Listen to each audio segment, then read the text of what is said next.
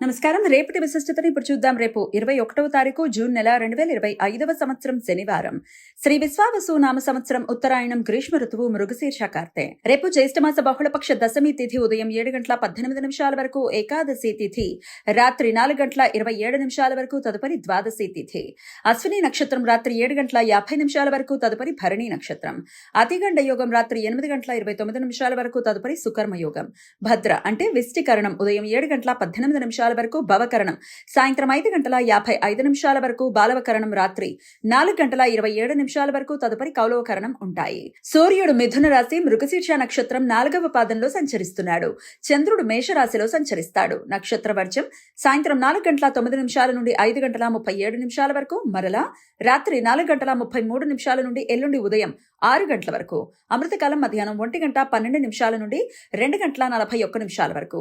హైదరాబాద్ ప్రాంతం వారికి రేపు సూర్యోదయం ఉదయం 5:43 సూర్యాస్తమయం సాయంత్రం 6:53 చంద్రోదయం రాత్రి 2:22 చంద్రాస్తమయం మధ్యాహ్నం 2:42 అభిజిత్ ముహూర్తం పగలు 11:52 నుండి మధ్యాహ్నం 12:44 వరకు.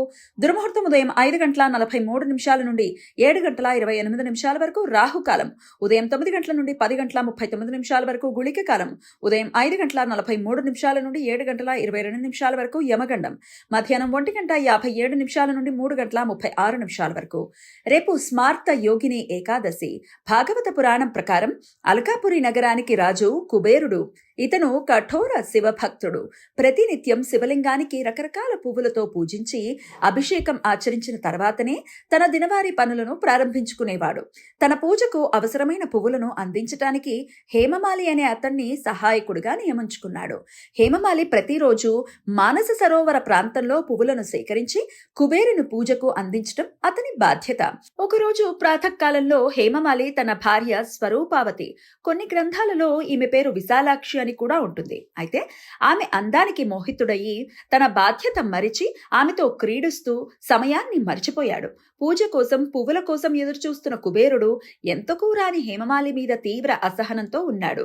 చివరకు కారణం తెలుసుకున్న కుబేరుడు పట్టరాని ఆగ్రహానికి లోనయ్యి హేమమాలిని కుష్ఠిరోగిగా మారమని, భార్యావియోగం ఏర్పడాలని శపించాడు. శాపగ్రస్తుడైన హేమమాలి బాధతో దేశ సంచారం చేస్తూ ఒకరోజు మార్కండేయ మహర్షిని కలుసుకుని తన వృత్తాంతం చెప్పి తనకు శాప విమోచనం జరిగే ఉపాయం చెప్పమని ప్రాధేయపడ్డాడుట.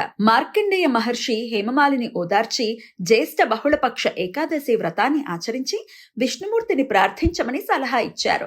హేమమాలి ఎంతో నిష్టగా ఉపవాసముండి వ్రతాన్ని ఆచరించాడు. మెచ్చిన విష్ణుమూర్తి హేమమాలి రుగ్మతను పోగొట్టి పూర్వపు రూపాన్ని ప్రసాదించాడు అని, మరలా తన భార్యతో కలిసి కాపురం చేసుకునే పరిస్థితిని కల్పించాడు అని పురాణ కథనం. ఈ వ్రతం ఉపవాసం ఆచరించే భక్తులకు ధన ధాన్య వృద్ధితో ఆనందకర జీవితం లభిస్తుంది అని నమ్మకం. పద్మపురాణం ప్రకారం రేపు ఈ వ్రతాన్ని ఆచరించిన వారికి 88,000 మంది వేద పండితులకు అన్న సంతర్పణం చేసిన ఫలితం లభిస్తుంది అని నమ్మకం.